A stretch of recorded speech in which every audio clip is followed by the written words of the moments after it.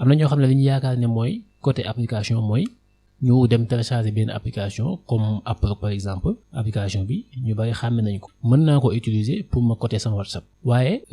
inconvénient bi mooy dafay yéex bu fekkee sa téléphone dafa diis mémoire bi fees wala dara parfois booy dugg ci WhatsApp bi mën nga dugg lu yàgg def lu la neex muy jékki-jékki di la soog a laaj code xam nga loolu amul avantage parce que nit ki bu xasee def li mu def ba noppi nga koy soog a laaj code amul sens.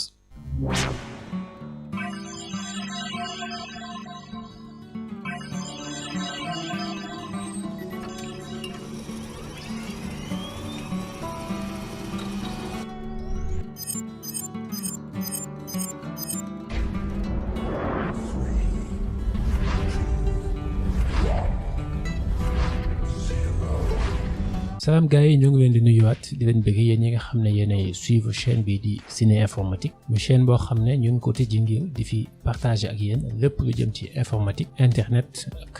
technologie naka la ñu mën a def ba protéger suñu bopp protéger aussi suñuy données. bon vidéo tey bi nag ñu ngi waxtaan ci naka la ñu mën a def ba protéger suñu WhatsApp ba kenn du ci mën a am accès ku dul ñun aussi ñi nga xamante ni lu bon moo leen tax a jóg te muy hackers yi ak yu ni mel duñ ci mën a am accès wala bokk buñ demoon ba bëgg ñu attaquer mën na bañ a yombee noonu ci ñoom. pour nga mën a protéger sa WhatsApp nag li ci njëkk mooy d'abord nga télécharger WhatsApp bu baax ndax nit ñi léegi dañoo bëgg ak nëbbatu dañoo jubadi maanaam dañoo bëgg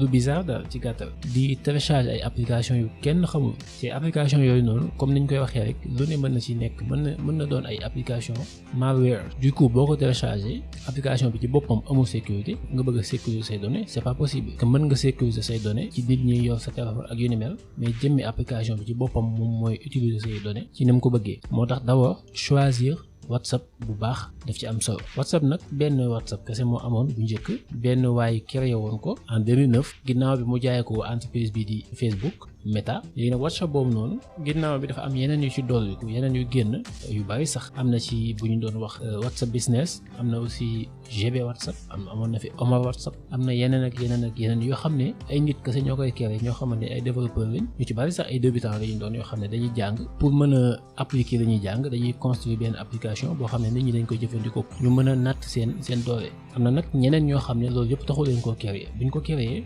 nit ñi mën nañ ko jëfandikoo ci jëfandikoo googu ñoom ñu jaar ci suuf mën a utiliser nit ñi mën a utiliser seeni données defee ko nañ ko bëggee ba tax na ma lay conseiller bu fekkee da nga bëgg WhatsApp bu am sécurité nga mën a sàmm say données aar say données il faut nga tànn bu baax noo koy tànnee boo dee télécharger WhatsApp da ngay dem Play Store da ngay télécharger WhatsApp officiel bi nga xamante ni mooy bu Meta bi donte moom mu amul fenn foo xamante ni mën nañ faa nekk suñu données nekk ci jàmm waaye nag au moins ku ne xam na ne Meta entreprise bu mag la entreprise internationale la xëy na donte tamit ñoom say données dañ koy utiliser mais moo tane nga utiliser yeneen application yoo xamante ni xëy na seeni borom xamoo ñuñ doon xamoo itam luñ bëgg donc da ngay dem nga télécharger WhatsApp officiel bi même mën nga télécharger léegi WhatsApp business gis naa ne Meta jënd na ko léegi ci entreprise bu Facebook bi ci la bokk ñoo ko moom am na yeneen yoo xam ne xëy na jënd nañu ko mais li gën mooy nga télécharger WhatsApp normal bi nga xam ne du WhatsApp business du WhatsApp GB du dara WhatsApp normal la loolu boo demee Play Store comme nii waaw boo ñëwee ci Play Store bi nii voilà da ngay ñëw fii ci barre de recherche bi nga tapé WhatsApp bu ci toftal dara WhatsApp dong ngay bind ñoom sax dañu la ko àggaleel waaw WhatsApp wala WhatsApp messenger benn la boo ñëwee ne gis nga ko bii ci kaw nii WhatsApp Messenger bii ngay installé bu fekkee installé boobu nga dugg nga télécharger ko après nga installé ko soo xoolee nii gis nga yii yëpp ay statut la yi moom ay kii la pour télécharger statut nit ñi yi moo leen ci neex ay wàcc statut jàmbur ak su kii supprimer message doo ko xam ak genre yooyu noonu mën a lire message jàmbur te du ko yëg yooyu moo leen ci neex mais loolu mën na la dugal ci musiba mën nga dajeek application boo xamante ni am na yooyu yëpp mais dafay jëfandikoo say données yow sa jëm gisoo nii WhatsApp business bi moo nekk nii mën nga ko am aussi ak yeneen waaw mais bii ci kaw moom laa lay conseiller nga installé ko ok ginnaaw boo ko installé ba pare nga dem man saxoon na ma mise à jour sa WhatsApp bi voilà fonk les messages yooyu aussi bu fekkee amoon nga WhatsApp ba pare comme niñ ko gisee léegi sama WhatsApp man mise à jour ma ko mettre à jour ma ko te mettre à jour bi daf ci am solo parce que saa yu ñu defee mettre à jour am na yu bees yu xew peut-être am na ay erreurs yu amoon ci WhatsApp yoo xamante ni say données nekkoon nañ ci kii nekkuñu woon ci jàmm quand même amul woon sécurité léegi ñu trouver faille boobu noonu defaraat WhatsApp bi doole ci yooyu noonu ba mu gën a am sécurité mooy mettre à jour léegi nag yow boo ko gisee ñu bari dañ koy ñàkk a fayda mais saa yoo ko gisee rek dama nga def ko 2 mois yu passé wala 3 mois yu ne war ngaa dem nga xool ba xam message bu bees génn na nga télécharger ko loolu aussi ci liy protéger say données ci la bokk. ginnaaw boo xam ne télécharger nañ ba pare léegi dañuy dugg ci WhatsApp bi man bii laa la conseillé mais bii duma ci dugg leçon bi dañ koy def ci GB WhatsApp parce que WhatsApp bi mooy sama WhatsApp personnel ci la samay kii nekk du ma ko mën a tijji mais liñ ciy def mën nañ koo def ci WhatsApp business bi. voilà gis nga ne dama ciy def code d'abord may ma tuuti ma dindi code bi comme ça li ñuy def ñu mën ko def ensemble. ok voilà désactiver c'est fait donc boo duggee ci WhatsApp bi nii yaa ngi ci accueil bi li njëkk looy def mooy nga protéger WhatsApp bi ngir que nit pour mu dugg ci mu laaj la code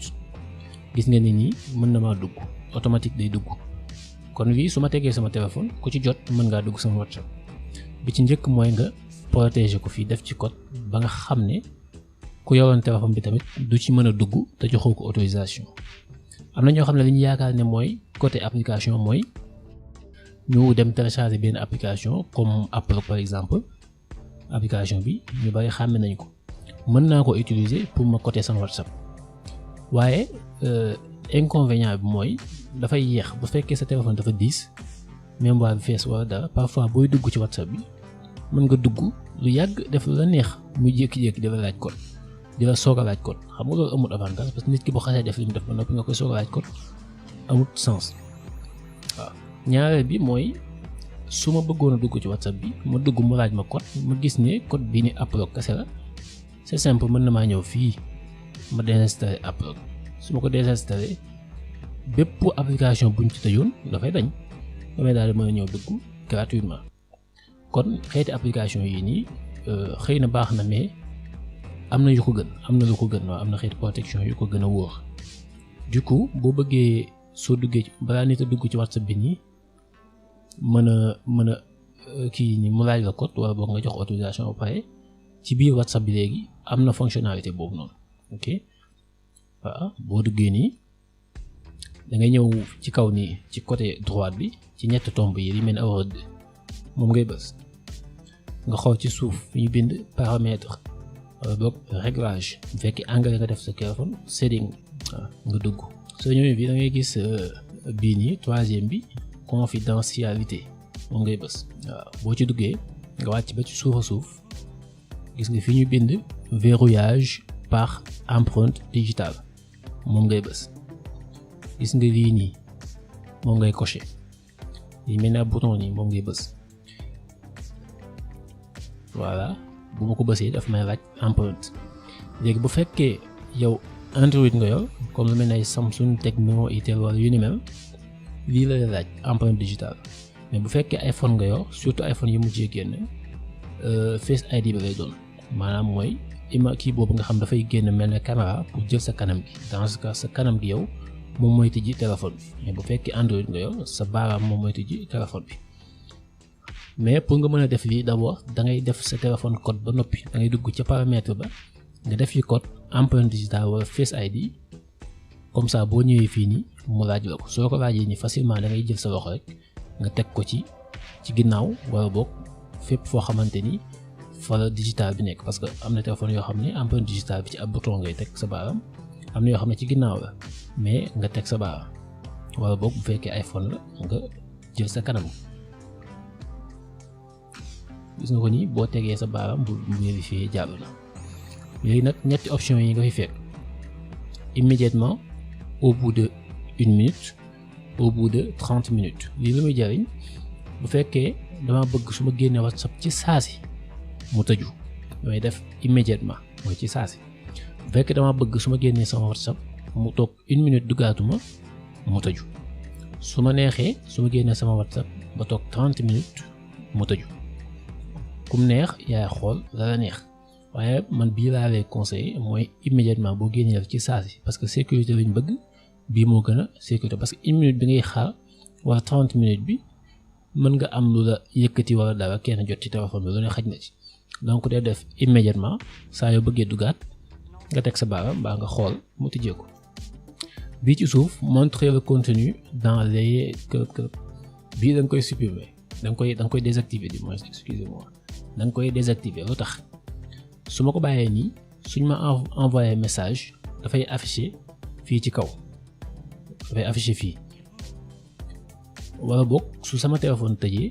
su ma envoyé message dafay afficher noonu ci kaw du coup nit ki mën na lire message bi sans mu dugg ci WhatsApp bi te kon loolu jëlatut ñuy def sécuriser ñu koy sécuriser ndax mën na tomber mu doon message boo xamante ni voilà ay données yu am solo la wala tout ça li gën mooy nga désactiver ko comme ça bu ñu la envoyé des messages dana signaler ci kaw juste pour wax la ni am nga message WhatsApp waaye du la wax ki ko bind lu mu ca wax du la wax bu fekkee photo la kenn du xam photo ba lu mu doon bu di bind la itam lañ ci bind kenn mënu koo xam faaw nga dugg ci WhatsApp bi tijji sa code soog ko mën a xam kon nii moo gën jàll nañ première étape bi boo gisee léegi su ma dee dugg fii nii daf may laaj code faaw ma teg sama empreinte pour soog a mën a dugg waaw benn baa ngi noonu waaye lii doyut ba tey mën nañoo renforcer naka lañ koy defee am na benn xeetu code bu bees bu xew fan yële nga xamante ne léegi daanaka technologie bi foofu la toll mooy li ñuy wax vérification en 2 étapes benn façon kii la boo xamante ni li muy jariñ mooy su ma amee sama téléphone wala ñaari téléphone mën na maa tëj côté téléphone bii nii waaye su ma ci bëggee dugg faaw ma utiliser beneen téléphone bi maanaam day doon loo xamante da ngay def ab code léegi code bi su ma duggee pour mu mën a connecter daf may envoyer benn message benn code secret wala benn dara ci beneen téléphone wala boog sama puce wala sama ordinateur ma jël code boobu dugal ko soo ko mën a connecté wu daanaka léegi boo xoolee kii yu bari noonu lañ koy defee comme lu mel ne YouTube bu dee fii nii nag même chose la rek daanaka da ngay dugal code 6 chiffres juróom-benn chiffre lay doon boo ko dugalee ba côté ko yow dong yaa koy xam du coup saa yu ma installé waatee sama téléphone su ma ñëwee bu ma dugalee numéro beeg yëpp faaw ma dugal code boobu ma ci defoon pour mën a jàll.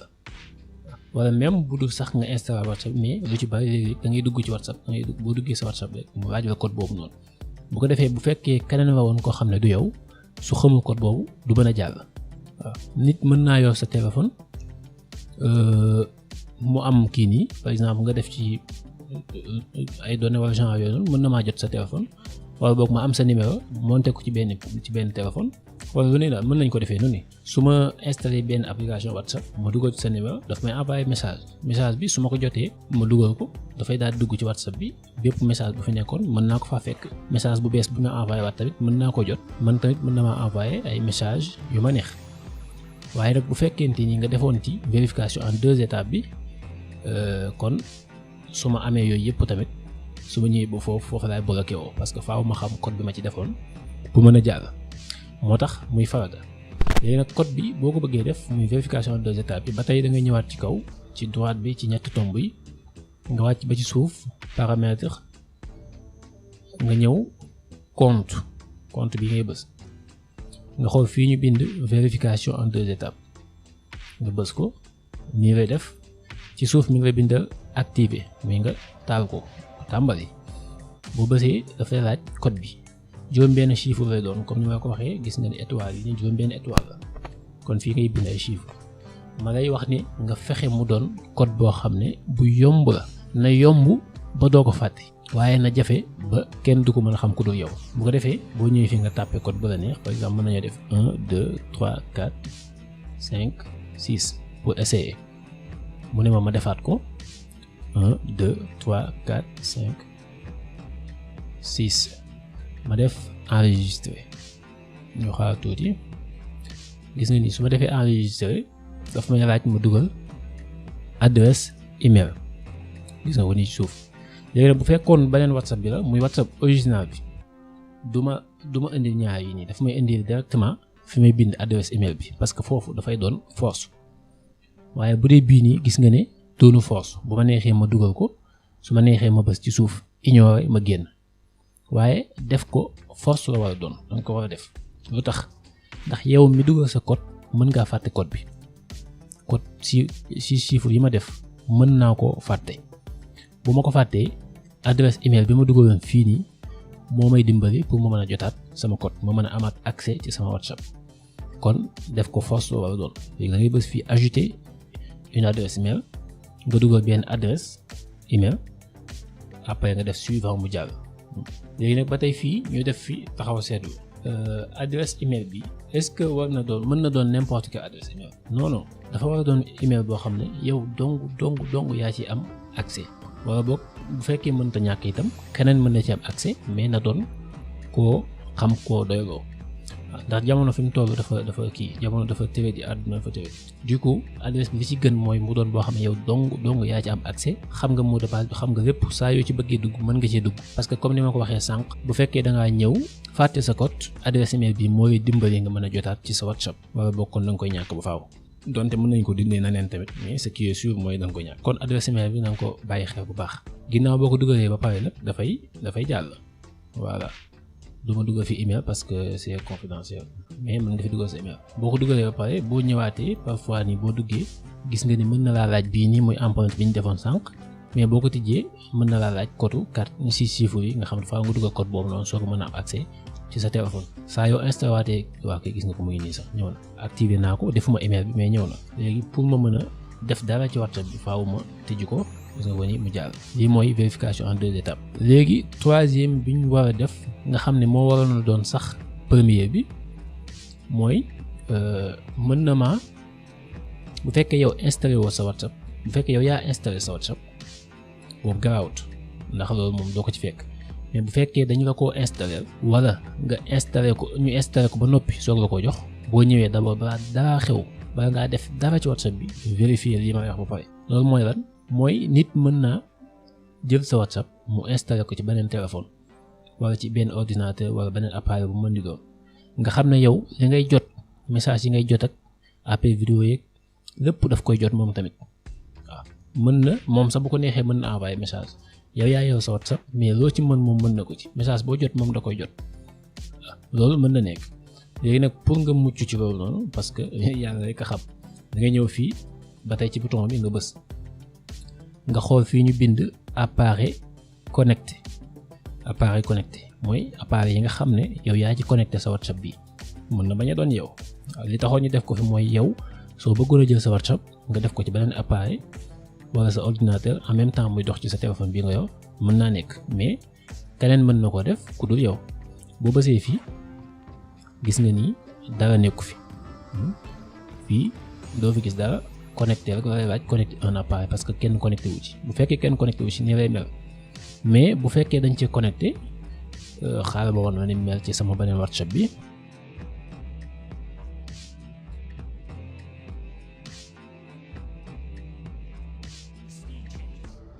voilà mu ngi nii léegi su ma bësee appareil connecté ba ñëw fii lii moo fi nekk gis nga ko nii bindal na ma ci suuf Windows parce que dama ko connecté ak sama ordinateur mu bindal ma fi date bi ma mujjee connecté wu dernière activité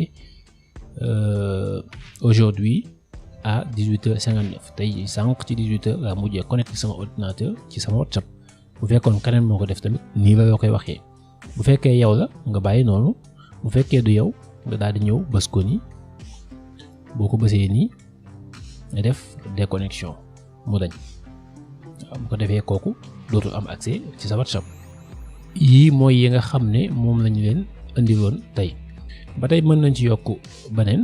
kii la rek boo xam ne dafay privé maanaam sa appel yeeg sa vidéo yeeg sa message yëpp dafay doon privé même WhatsApp ci boppam duñ ci am accès duñ ci mën yenn yi boo ko bëggee def ba tey da nga ñëw fii nii compte ci kaw nii notification sécurisée mi ngi nii da ngay activer yi rek mi ngi nii li ñu la wax fii ci kaw mooy les messages et appels au sein de discussions chiffrés bout à bout restent entre vous et les personnes avec qui vous choisissez de communiquer. Ainsi, même WhatsApp ne peut ni les lire ni les écouter mu ne message yi nga xamante ne da nga koy def ginnaaw bu activer li ba pare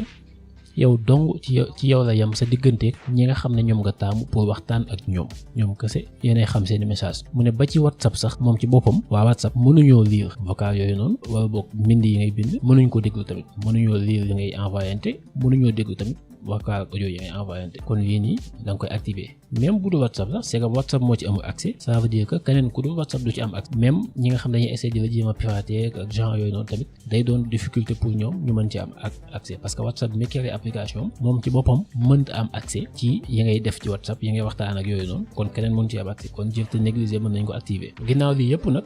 mën nañu am yaakaar ne sunu WhatsApp léegi nag am na sécurité donte informatique kenn mënta tëj ay buntam ba kenn du ci dugg loolu moom ko la ko wax dalay nax ku ne la mën na maa sécuriser sama application wala sama dara ba kenn mënu cee dugg dafa lay nax kenn mënu ko ba ci Facebook ak Google ak ku mu mën di doon su sécuriser ba noppi keneen mën na ñëw am ci accès donte nag mën na bañ a yomb loolu mooy différence bi maanaam fexe ba nit ki mu bañ a yomb ci moom ba saa yu ko neexee mu ñëw dugg nu mu ko neexee au moins nga tëj ak say caabi tëj sa buntu def li nga def yëpp ba nit ki bu ñëwee bëgg ci la leen udul jàmm tamit bu ko mënee xëy na dana ko mën mais dana ci sonn lool ba daanaka du ko jaar kon ñu bàyyi ko xel que ni fi mu ne nii daal suñu WhatsApp am na sécurité nit ñi mënatuñ ci am accès ku dul ku ñu bëgg mu am ci accès bu ko defee ñu sàmm bu baax suñuy code bañ koo waxante bañ ko bind fenn itam teg ko foo xam ne ñëpp ci am accès ndax daanaka kon du woon jar ñuy def ay code ak yooyu bu fekkee dañuy def code ba noppi di ko wax keneen baa ñuy def code ba noppi di ko bind di ko denc foo xam ne ku ne mën na cee jot kon mën nañoo bàyyi suñuy données noonu bañ cee def benn code te information yi ñu joxe fii yëpp ñu bàyyi ko xel di ko fonk parce que yow mi def sa code mën nga koo fàttewaat ci yomb te am na nu muy demee bu fekkee dafa woon li tax nga mën cee jot boo ko ñàkkee da ngay sonal sa bopp da nga sonn lool pour mën ci jotaat mbaa sax mën nga cee bañ a jotati ba faaw kon saa yu ñu def yu mel nii danañ wax li tax yow mi ko moom boo ko fàttee mën cee jotaat kon foofu la ñu yemale vidéo bi tey xam naa mu ngi bëgg a gudd sax di la wax ne rek bu fekkee abonné ko nga abonné gaaw ci chaîne bi mooy nga bës bouton bu xonk bi ñu bind s'abonner ci wet gi itam am na lu fi nekk lu mel ni ab cloche nga bës ko dana la génneel ñetti bind nga bës bi ci kaw boo defee noonu saa yu ñu defatee vidéo bu bees YouTube dina la ko yëgal mu fekk la ci jàmm nga mën koo seetaan ba jariñu ci ñu bokk ñu ñëpp jariñoo di leen dikk ak daje ba beneen vidéo incha allah jaa ngeen jëf